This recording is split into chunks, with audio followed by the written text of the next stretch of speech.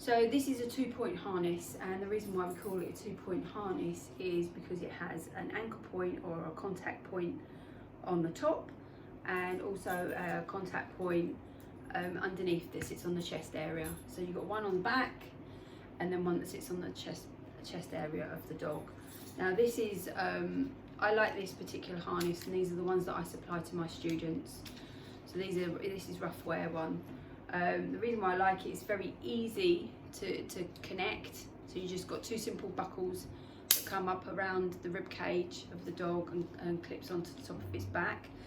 It's very adjustable because you've got the buckles either side that you can adjust around the rib cage, and also you've got the buckles to adjust around the neck area. And it's really important that you have the harness fitting quite snug. Now, I don't mean snug to the point that the dog can't breathe, I just mean snug like the fact that you can just get 2 fingers down the side of the rib cage. It doesn't need to be any tighter or any looser than that, because if it's too loose, it's not going to have the desired effect, and if it's obviously too tight, it's going to be too constricting or restricting for the dog. So with the 2-point harness that sits at the top and sits at the front, these are designed to help balance your dog. These are designed to help you control your dog better. Now with a 2-point harness, you need a 2-point lead. Now the 2-point lead is just this. So it has 2 points to make contact.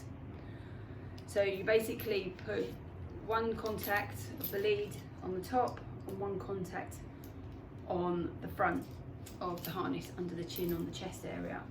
And when you've got 2 points of contact on the harness and onto your dog, it's so much easier to control your dog and to maneuver them and to set the pace, so they're not racing ahead of you. You know, there's no pressure around their neck. It makes it more relaxed for you, relaxed for the dog. You've got more control.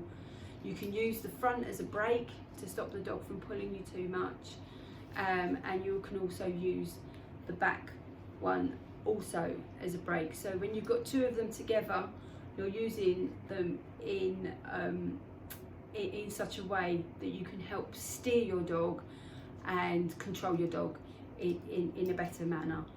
It also, having a harness stops your dog from being so reactive to the outside world. You know, not having the restriction around his neck is going to be able to stop the dog from not wanting to have that opposition reflex. Now, opposition reflex is when your dog just naturally wants to pull.